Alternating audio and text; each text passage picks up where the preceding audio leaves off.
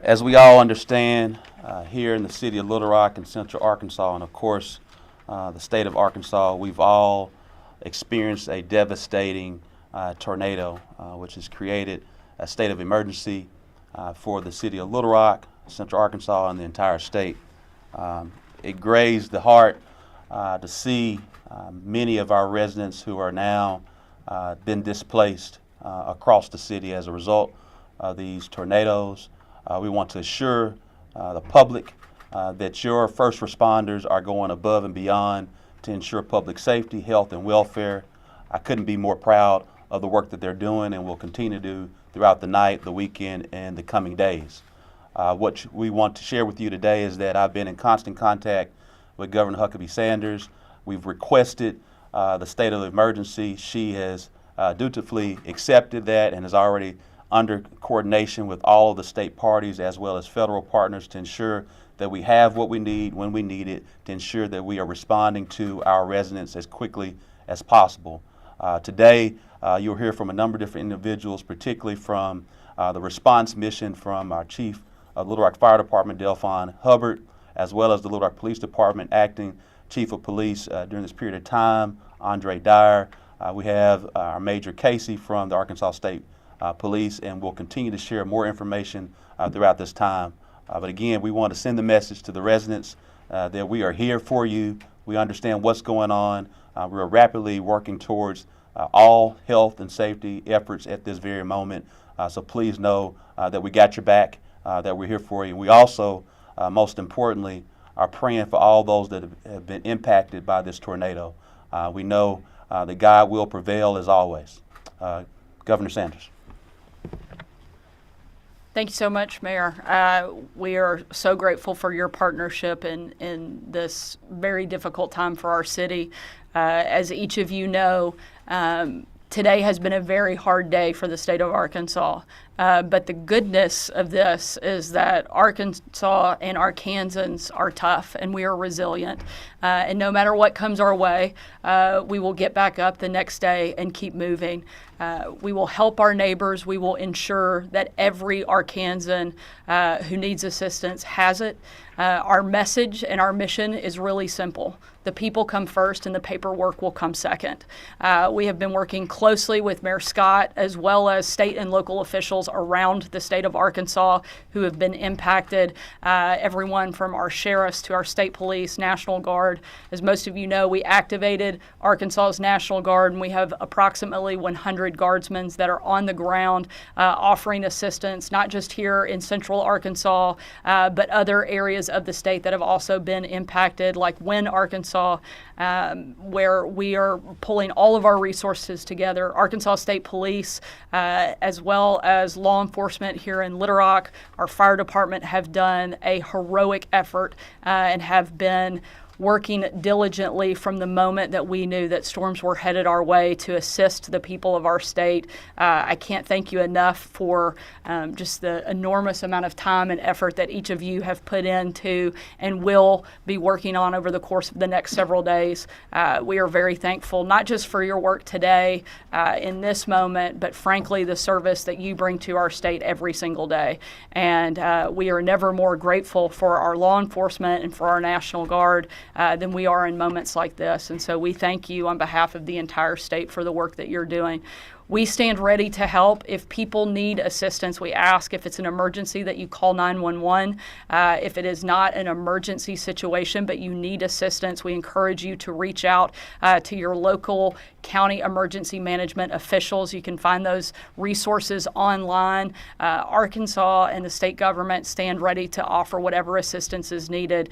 We've offered that to the mayor here as well as other cities across the state. I also spoke with the FEMA director, Criswell, earlier this evening and have already requested federal assistance, and they are working quickly to make sure that any resources that we need on the ground here will be provided, as well as Arkansas already declaring a state of emergency, providing resources for those towns that have been impacted. Thank you again, Mayor Scott, for your partnership in this process and your leadership, as well as all of those in our law enforcement community that are stepping up today and helping our citizens get through this. With that, I'm going to turn it over to Lieutenant Colonel Aaron from the State Police to give a few updates and comments. Currently, we have troopers deployed in the North Little Rock metro area, assisting Little Rock, North Little Rock Police Department, Jacksonville Police Department, Cabot Police Department. And also we've got our emergency response troopers responding to Cross County, concentrated in the area of Wynn that right now appears to be the hardest hit. And it's going to be a continued operation. We're assisting other agencies as these requests come in. Right now our efforts are focused in this Little Rock, North Little Rock metro area and Cross County. Thank you. We'll now have the response mission from Chief Delphon Hubbard, and then following him, Chief Andre Dyer. Good evening. Little Rock Fire Department, upon this initial impact of this storm, this tornado, we've responded to overturned vehicles, heavy damage to residential and businesses in that community, along with downed trees, down power lines, ruptured gas lines. They faced a lot of various mitigating emergencies there. One of our fire stations is in that area on North Shackelford. Fire station number 9 was heavily damaged, so that limited their ability to respond to those calls for emergency. However, they did serve as a shelter in place for many members of that community who came to their fire station seeking shelter from the storm. We have been in great partnership with MIMS as we triaged, treated, and transported several of the individuals that was in that area that needed medical attention. We also assisted Public Works in their means of clearing the trees from the streetways, the down power lines, the down power poles in those particular areas to assist with our emergency vehicles being able to get in and out of those areas. And even with our fire station being down that's in that particular area, we had several of our other neighboring communities such as Conway, Maumelle, Bryant. They came in to assist us. They're still here in the city, lending a helping hand wherever we may need that particular assistance. And also we partnered with our police department going door to door, ensuring we had accountability of all those residents that lived in that community so that there would be a means of either rescuing those individuals or just getting them out of that particular hazardous environment.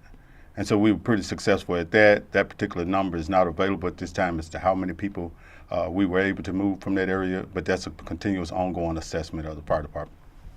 Chief Dyer. Yes, sir. Thank you. Good evening. I'm Assistant Chief Andre Dyer. This is a very horrific event that occurred here in our city today, but you can be rest assured that the members of this city's government, the fire department, mayor's office, the police department is doing all that we can to make sure that you do not become victimized twice by the actions of anyone that wants to come into the area, the affected areas, and try to commit any type of crimes. We are here in full force, along with state police, a few other entities. I want to say thank you to all of the surrounding departments that wanted to come in and help us, that offered their assistance. We could not have done what we've done thus far without you.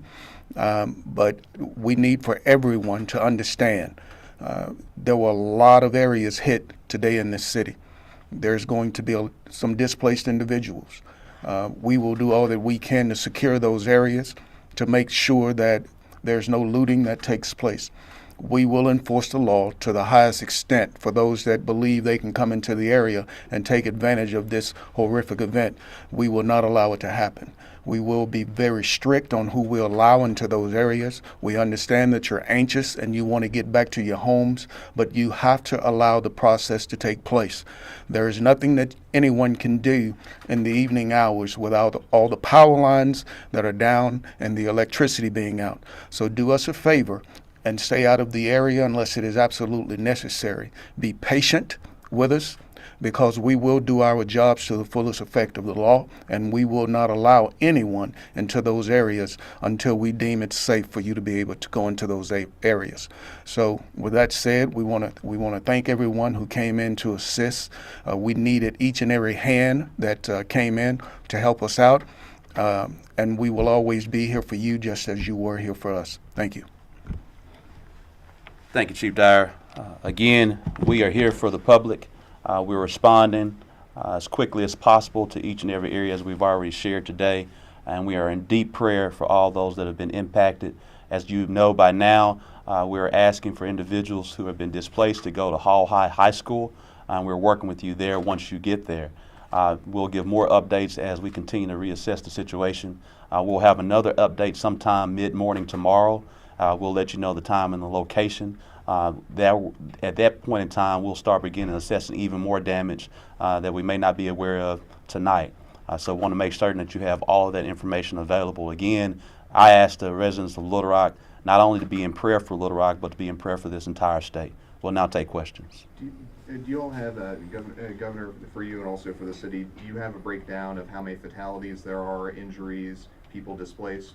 Right now, I can confirm that we have 2 fatalities in Wynne, Arkansas. But as you know, this is an ongoing situation, still a lot of search and rescue efforts going on across the state. But right now we can confirm, based off of information from local law enforcement on the ground, that we have 2 fatalities in Wynne, Arkansas. Do you expect that number to go up? Certainly possible. We're hopeful that it doesn't, but I think given the nature and the volatility of the situation, we're certainly preparing that it could. In terms of hospitalizations, do you have a breakdown of that? I've spoken to the leadership of hospitals both here in Central Arkansas and around the state. Right now we have a number of injuries, but no individual hospital has been overwhelmed or is at a capacity that they are unable to manage. Like I said, this is an ongoing situation. We expect those numbers to increase as search and rescue continues.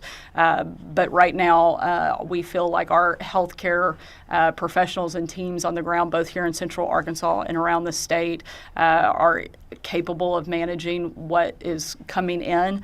We've also deployed resources for mobile health units, particularly in the Wynne area, and working closely with a number of partners to make sure that any healthcare needs that they have are being addressed. Do y'all feel like y'all were prepared for this level of severe weather? Yes, I can rest assured that the city of Little Rock, and we know for certain that the state of Arkansas has been very prepared for this event, well trained on issues like this, and so couldn't be more proud than the first responders at this time. Yeah, I echo the mayor's praise for our first responders. They have done an absolutely amazing job as other people are sheltering in place. They're running into the danger, and we could not be more grateful for their willingness to step up. But any time that you have a tragedy like this, I don't think you can emotionally be prepared, but certainly in terms of coordination with our state and local officials, partners across the state, that has been a seamless process, and we expect that to continue over the course of the coming days. Can you speak about the response of school districts, making the decision to let students out early, in preparation for this? Cannot speak in totality on the response of the school district, but we know Superintendent Wright is fully prepared in situations like this, and so we have been in constant communication. Clearly, as you know, that we have all of our displaced individuals and residents being located at Hall High. We're also utilizing another location for our LRPD and other first responders. Can't share at that point in time because we want to keep that to ensure that we maintain continuity of the operations, but it is the Little Rock School District facility. Do you have an idea of what were some of the hardest hit areas in Little Rock? I'll have to ask Chief Dyer to kind of speak through that. Some of the areas that was Some of the areas that were most affected were mainly in West Little Rock. It covered about 2,100 citizens that could have been affected, so it was a pretty large stretch of area that the tornado actually hit. Right now, we're still assessing that damage, and we can't just give you a pinpointed area that was hit the hardest, but we do know that there were several areas that were affected pretty badly. Next question. Mayor, so just to confirm with you, so there are no fatalities in Little Rock that you're aware of. And I guess, is that surprising given how big of an area, busy an area? It is truly, by the grace of God, that we have not experienced any fatalities to date. We still are assessing the damage. And talking with Greg Thompson, who is over MIMS, we know somewhere close to 30 individuals have been transported to our local hospitals. But still, as we're sharing, we're still assessing damage and want to make certain before we give any definitive numbers regarding that. But at this point in time, again, by the grace of God, there's no fatalities. Do we know if any first responders have been injured, particularly at that fire station that was hit by the storm? Chief Hubbard. Sure. We were very fortunate. None of our fire personnel were injured during that particular time. And even in the midst of, once the storm passed, they were a part of the group that rendered aid to those members of that community. Couple more questions? Governor, how long do you think until the state receives federal assistance, and what resources will that open up to Arkansas? The FEMA director expressly committed that they're moving as quickly as they can. They expect those resources to be available immediately. But we've already opened up a number of significant resources from a state level and feel confident that we can address whatever needs that the people of Arkansas have with the resources we have available at this moment. We've allocated $250,000 currently with significant room to grow, and we'll address whatever needs people have. One last question. Have there been any provisions made to get people who don't have transportation after the storm to that shelter location?